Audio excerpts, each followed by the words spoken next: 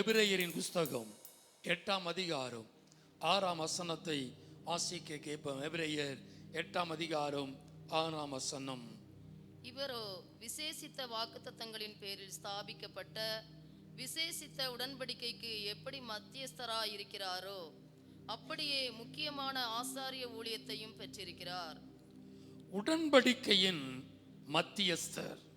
இரண்டாவதாக கர்த்தர் எப்படி இந்த உடன்படிக்கையை நம்மோடு கூட வெளிப்படுத்துகிறார், நம்மோடு எப்படி உடன்படிக்கை பண்ணுகிறார் என்று சொன்னால் உடன்படிக்கையின் மத்தியஸ்தராய் செயல்படுகிறார். ஒரு உடன்படிக்கை செய்வதற்கும் ஒரு மத்தியஸ்தர் தேவை.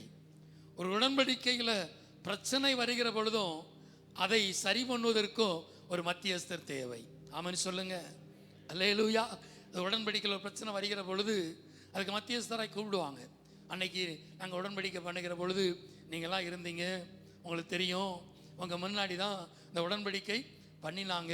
எனவே இப்போ ஒரு பிரச்சனை வருகிறது, நீங்கள் வந்து எங்களுக்கு என்ன பண்ணுங்க, மத்தியஸ்தமாக நீங்கள் பேசி அந்த காரியத்தை முடிவு பண்ணி கொடுங்க அப்படின்னு சொல்லி அந்த உடன்படிக்கை மீறுகிற பொழுதோ அல்லது உடன்படிக்கை பண்ணுகிற பொழுதோ அல்லது உடன்படிக்கை செயல்படுத்துகிற காலங்களிலோ ஒரு மத்தியஸ்தர் தேவைப்படுகிறது. இங்கே உடன்படிக்கையின் மத்தியஸ்தராய் பழைய ஏற்பாட்டு காலத்தில் கர்த்தர் பண்ணின உடன்படிக்கை நிறைவேற்றுவதற்கு ஒவ்வொரு காலகட்டத்திலும் கர்த்தர் ஒவ்வொரு மத்தியஸ்தரை கர்த்தர் ஏற்படுத்தி இருந்தார். ஆமென் அல்லேலூயா. அவர் உடன்படிக்கையின் தேவன் தான். நேரடியாய் கர்த்தர் உடன்படிக்கை பேசினவர் தான், நேரடியாய் வார்த்தையை சொன்னவர் தான். ஆனால் அதை செயல்படுத்துவதற்கு அந்த இடைப்பட்ட காலங்களில் தடைகள் வருகிற பொழுது உடன்படிக்கையின் மத்தியஸ்தரை அவர் ஏற்படுத்தி இருந்தார். ஆதியாகமத்தின் புஸ்தகம் 18ஆம் அதிகாரம் 19ஆம் வசனத்தை வாசிக்க கேட்போம். கர்த்தர் ஆபிரகாமுக்கு சொன்னதை நிறைவேற்றும்படியாய் அவன் தன் பிள்ளைகளுக்கும் தன் பின்வரும் வீட்டாருக்கும் தங்கள் நீதியையும் நியாயத்தையும் செய்து கர்த்தருடைய வழியை காத்து நடவுங்கள் என்று கட்டளையிடுவான் என்பதை அறிந்திருக்கிறேன். ஆண்டவர் சோதம் குமராவை அழிப்பதற்கு முன்பதாய் அந்த பட்டணத்தினுடைய பாவம் பெருகியிருக்கிறது, அந்த பட்டணத்தில் பெரிய காரியம் நடக்கிறது. எனவே என்று சொல்லி அந்த காரியத்தை செய்வதற்கு முன்பதாக நான் செய்ய போகிறதை அல்ல கவனிக்கணும், நான் செய்ய போகிறதை ஆபிரகாமுக்கு மறைப்பேனோ? நான் ஒரு காரியத்தை செய்ய போகிறேன், அதற்கு முன்பதாக நான் ஆபிரகாமுக்கு ஒரு காரியத்தை சொல்ல போகிறேன். ஏன் சொல்ல போகிறேன்னு சொன்னால், ஆபிரகாமுக்கு சொல்லுகிற பொழுது அவன் அந்த காரியத்தை தன் பிள்ளைகளுக்கும் தன்னுடைய வீட்டாருக்கும் அந்த காரியத்தை சொல்லியப்பா நீங்க நீதியை செய்யுங்க, நியாயத்தை செய்யுங்க, ஆண்டவர் இந்த காரியம் ஆண்டவருடைய வழியை காத்து நடவுங்க, கர்த்தருடைய கோபாக்கினை எறும்பி இருக்கிறது, கர்த்தர் இந்த பட்டணத்தை அழிக்க போகிறார். நீங்கள் ஒருவேளை ஆண்டவருடைய வழியில கடந்து வந்து விட்டால், நீதியை காத்து கொண்டு விட்டால், ஆண்டவருக்கு பிரியமானதை நீங்கள் செய்து விட்டால் ஆண்டவர் அதிலிருந்து மாற்றி நடப்பார் என்பதை சொல்வார் என்று நம்பி மத்தியஸ்தராக கர்த்தர் ஆபிரகாமை தெரிந்தெடுத்தார். ஆமென் அல்லேலூயா அல்லேலூயா. தன்னுடைய உடன்படிக்கையை நிறைவேற்றுவதற்கு, தன்னுடைய உடன்படிக்கையை காப்பாற்றுவதற்கு, தான் பண்ணின உடன்படிக்கையை தான் அபத்தமாக்காமல் இருப்பதற்கு ஆண்டவர் செய்கிற காரியம், அங்கே ஒரு மத்தியஸ்தரை கர்த்தர் தெரிவு செய்கிறார். அல்லேலூயா அல்லேலூயா. ஆபிரகாமின் சந்ததிக்கு வாக்குத்தத்தம் பண்ணி இருக்கிறார் ஆண்டவர். அது நிமித்தமாய் லோத்துவோடு கூட கர்த்தர் அந்த காரியத்தை சொல்லி இருக்கிறார், அவனை சந்ததிக்கு வாக்குத்தத்தம் பண்ணி இருக்கிறார். எனவே இந்த வாக்குத்தத்தத்தை நிறைவேற்றுவதற்கு கர்த்தர் அங்கே மத்தியஸ்தம் பண்ணுவதற்காய் ஆபிரகாமை தேடுகிறார். ஆபிரகாம் தேடுகிறார். ஆபிரகாம் அந்த வார்த்தைக்கு கீழ்ப்படிந்து அங்கே தேவனுக்கோ அங்கே இருக்கிற ஜனங்களுக்கு நடுவாக நின்று கொண்டு அவர் மத்தியஸ்தம் பண்ணுகிறார். ஆண்டவரே, இந்த பட்டணத்தில் 50 நீதிமான்கள் காணப்பட்டால், இந்த பட்டணத்துக்குள்ள ஒருவேளை 50 நீதிமான்கள் காணப்பட்டால் இந்த பட்டணத்தை ஆண்டவரே நீ அந்த பட்டணத்தை அழிப்பீரோ அழிப்பீரோ? 50 நீதிமான்கள் காணப்பட்டால் நீங்கள் அழிப்பீரோ என்று சொல்லி அவன் போராடுகிறான். 50 என்று ஆரம்பித்தவன் 40 நீதிமான்கள் காணப்பட்டால், 30 நீதிமான்கள் காணப்பட்டால், 20 நீதிமான்கள் காணப்பட்டால், என்று சொல்லி கடைசியை சொல்லுகிறார். 32ஆம் வசனத்தில் ஆண்டவருக்கு கோபம் வராதிருப்பதாக. நாம் இன்னும் இந்த ஒரு விசை மாத்திரம் உங்களோட பேசுகிறேன். 10 நீதிமான்கள் அங்கே காணப்பட்டால் 10 நீதிமான்கள் நிமித்தம் நான் இந்த பட்டணத்தை அழிப்பது இல்லை. ஆண்டவரே, 10 நீதிமான்கள் காணப்பட்டால் அந்த பட்டணத்தை அழிக்காமல் நீங்க இருப்பீரோ? அந்த பட்டணத்தை ரட்சிப்பீரோ? அந்த ஜனங்களை பாதுகாத்துக் கொள்வீரோ என்று மண்டாடி போராடி மத்தியஸ்தராய் நின்று கொண்டு அவன் போராடி செபிக்கிறார். ஆபிரகாம் கர்த்தரோடு கூட மத்தியஸ்தராய் செயல்படுவதை நம்ம பார்க்கிறோம். யாத்திராகமத்தின் புஸ்தகம் 32ஆம் அதிகாரம் 12-13ஆம் வசனத்தை வாசிப்போம். யாத்திராகமத்தின் புஸ்தகம் 32ஆம் அதிகாரம் 12-13ஆம் வசனத்தை வாசிப்போம். மலைகளில் அவர்களை கொன்று போடவும், பூமியின் மேல் இராதபடிக்கு அவர்களை நிர்மூலமாக்கவும், அவர்களுக்கு தீங்கு செய்யும் பொருட்டே அவர்களை புறப்பட பண்ணினார் என்று எகிப்தியர் சொல்வானேன். உம்முடைய கோபத்தின் உக்கிரத்தை விட்டு திரும்பி உமது ஜனங்களுக்கு தீங்கு செய்யாதபடிக்கு அவர்கள் மேல் பரிதாபம் கொள்ளும். நல்லா கவனிக்கணும். இங்கே கர்த்தருடைய கோபம் எழும்புகிறது. நான் உன்னை பெரிய சாதியாக்குவேன், உன்னை காப்பாளும் தேனும் ஓடுகிற கானான் தேசத்துக்கு நேராய் உன்னை நான் நடத்துவேன் என்று சொன்ன ஆண்டவர், உடன்படிக்கை பண்ணின ஆண்டவர், ஜனங்களுடைய முரட்டாட்டத்தின் நிமித்தமாய், ஜனங்களுடைய கீழ்ப்படியாமை நிமித்தமாய், ஆண்ட மோசேக்கு விரோதமாய் எழும்பினது நிமித்தமாய், கண்டுக்குட்டியை உண்டாக்குறது நிமித்தமாய் கர்த்தருடைய கோபம் அங்கே எழும்புவதை பார்க்கிறோம். அன்று சொல்லுகிறார், எப்பா நீ என்னை விட்டுரு, நான் உன்னை பெரிய ஜாதி ஆக்குறேன், ஆனால் ஜனங்கள் வணங்கா கழுத்துள்ள ஜனங்கள் நான் என்று சொல்லி கத்து அங்கே அந்த ஜனங்களை அழிக்கும்படியாய் கர்த்தர் எழும்புகிறார். அதன் மத்தியில மோசே திறப்புல நிற்கிறார். மோசே மத்தியஸ்தம் பண்ணும்படியாய், ஆண்டவரே மலையில உங்களை அழித்து போடும்படியாய், கொண்டு போடும்படியாய் தேவன் அழைத்து கொண்டு வந்தார் என்று புறஜாதிகள் சொல்வார்களே. நீங்க உடன்படிக்கை பண்ணிருக்கீங்களே, நீங்க வாக்குத்தத்தம் பண்ணிருக்கீங்களே, இவங்களோடு நீங்க பேசியிருக்கீங்களே, ஆண்டவரே நீர் இவர்களுக்காய் பரிதாபம் கொள்ளும், மனஸ்தாபப்படும் என்று அங்கே மோசே மத்தியஸ்தம் பண்ணும்படியாய் திறப்புல நிற்கிறார். ஆண்டவரே உடைய பாவத்தை மன்னித்தால் மன்னித்தருளும். 32ஆம் வசனத்தில் அவர் சொல்லுகிறார், உடைய பாவத்தை மன்னித்தால் மன்னித்தருளும், இல்லை என்றால் உம்முடைய புஸ்தகத்திலிருந்து நீர் எழுதின உம்முடைய புஸ்தகத்திலிருந்து என் பேரை கிறுக்கி போடும்.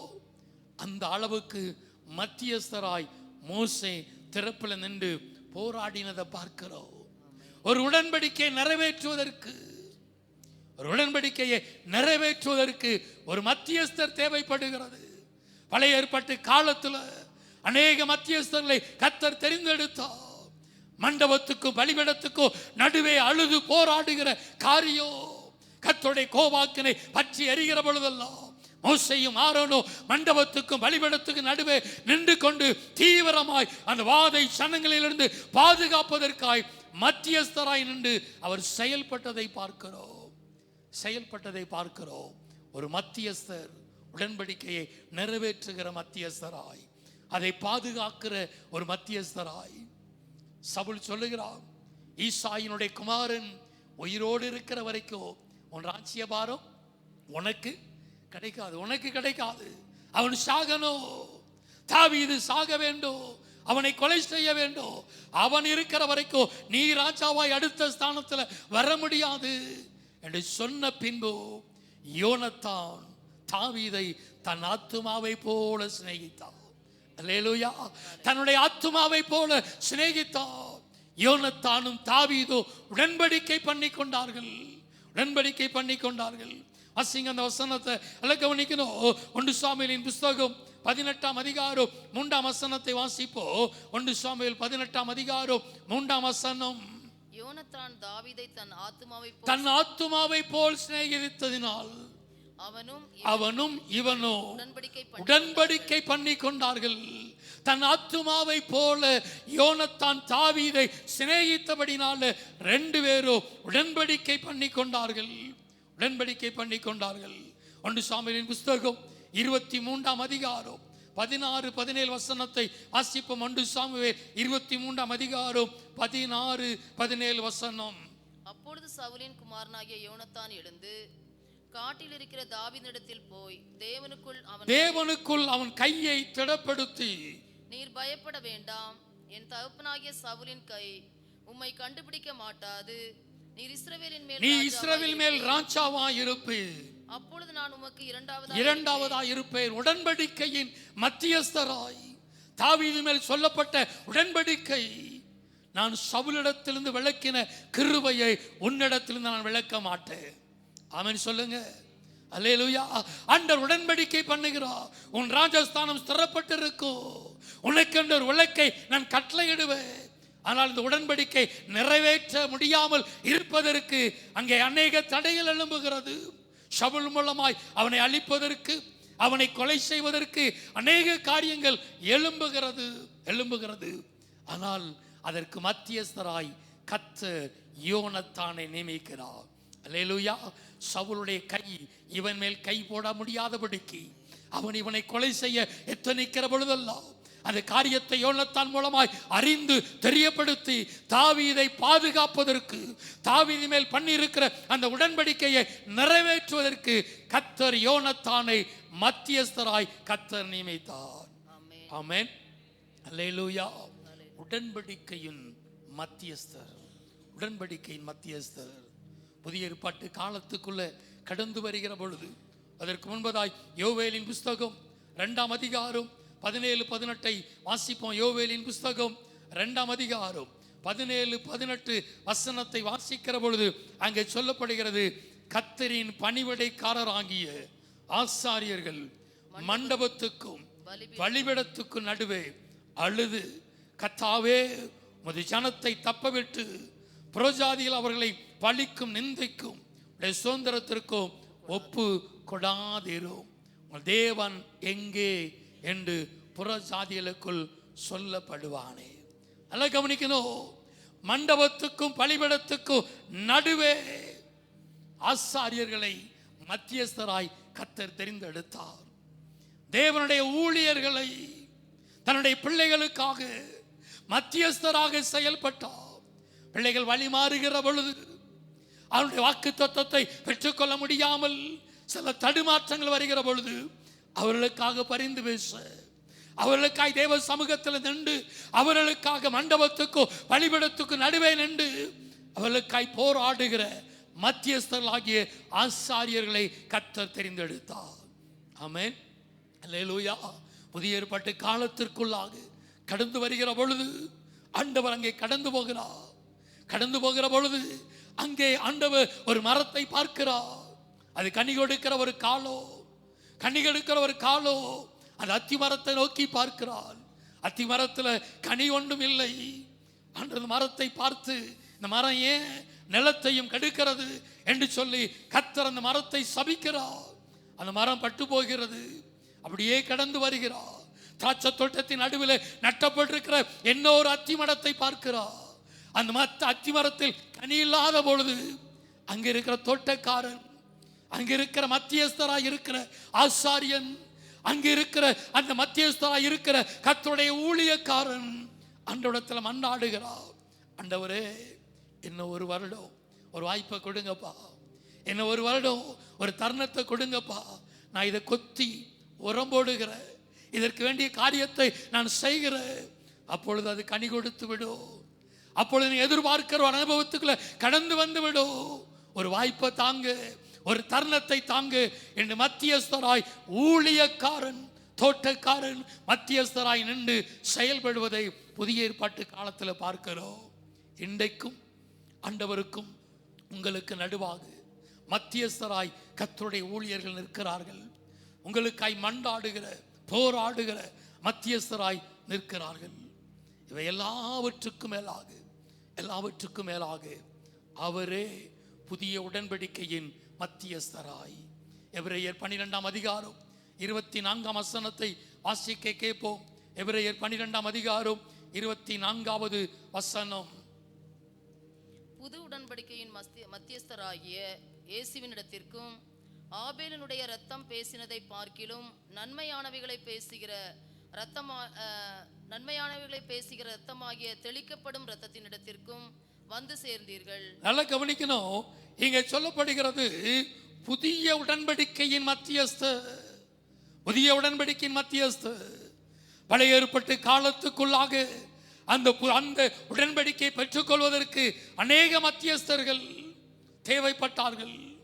ஆனால் புதிய ஏற்பாட்டு காலத்தில் புதிய உடன்படிக்கையின் மத்தியஸ்தராய் இயேசு கிறிஸ்துவே அவர் மத்தியஸ்தராய் அவர் கடந்து வந்தார். அதனாலதான் எபிரேயர் 8ஆம் அதிகாரம் 6ஆம் வசனத்தை மீண்டும் வாசிப்போம். எபிரேயர் 8ஆம் அதிகாரம் 6ஆம் வசனம். இவரோ விசேஷித்த வாக்குத்தத்தங்களின் பேரில் ஸ்தாபிக்கப்பட்ட விசேஷித்த உடன்படிக்கைக்கு எப்படி மத்தியஸ்தராய் இருக்கிறாரோ அப்படியே முக்கியமான ஆசாரிய ஊழியத்தை பெற்றிருக்கிறார். பிரதான ஆசாரியனாய் விசேஷித்த உடன்படிக்கையின் மத்தியஸ்தராய் இயேசு கடந்து வந்தார். அல்லேலூயா. இனி உன் உடன்படிக்கையை நிறைவேற்றுவதற்கு ஒரு மத்தியஸ்தர் தேவையில்லை. உன்னுடைய உடன்படிக்கை நிறைவேற்றுவதற்கு, உனக்காக பரிந்து பேசுவதற்கு ஒரு மத்தியஸ்தர் தேவையில்லை என்று சொல்லி புதிய உடன்பாட்டின் புதிய மத்தியஸ்தராய், புதிய உடன்படிக்கையின் மத்தியஸ்தராய் அவரே நமக்காக தன்னை ஒப்பு கொடுத்தார். ஆமென். அல்லேலூயா, அல்லேலூயா. கர்த்தருடைய தேவ ஆலயம், பரிசுத்த ஸ்தலம், மகா பரிசுத்த ஸ்தலம், பிரகாரம், கூடாரம் என்று பல வகையாய் பிரிக்கப்பட்டிருந்தது. நேரடியாய் தேவனை ஆராதிக்க முடியாது, தேவனை நேரடியாய் தொழுது கொள்ள முடியாது. திரைச்சிலை காணப்பட்டது. அங்கே ஆசாரியன், பிரதான ஆசாரியன், பரிசுத்த ஸ்தலம், மகா பரிசுத்த ஸ்தலம் என்று பல பிரிவுகளாய் காணப்பட்ட ஒரு காலம். ஆனால் இயேசு கிறிஸ்துவோ புதிய உடன்படிக்கையின் மத்தியஸ்தராய் கடந்து வந்த பொழுது தேவ ஆலயத்தின் திரைச்சிலை மேலிருந்து கீழாய் இரண்டாய் கிழிக்கப்பட்டது. ஆமென் சொல்லுங்க. அல்லேலூயா. அந்த புதிய உடன்படிக்கையின் மத்தியஸ்தராய் இயேசு கடந்து வந்தபடினால இன்றைக்கு நேரடியாய் அப்பா பிதாவே என்று அழைக்கிற புத்திர சுவிகாரத்தின் ஆவியை நாம் பெற்றிருக்கிறோம். ஆமென். அல்லேலூயா. உடன்படிக்கையின் மத்தியஸ்தராய் இயேசு நமக்காய் கடந்து வந்தார்.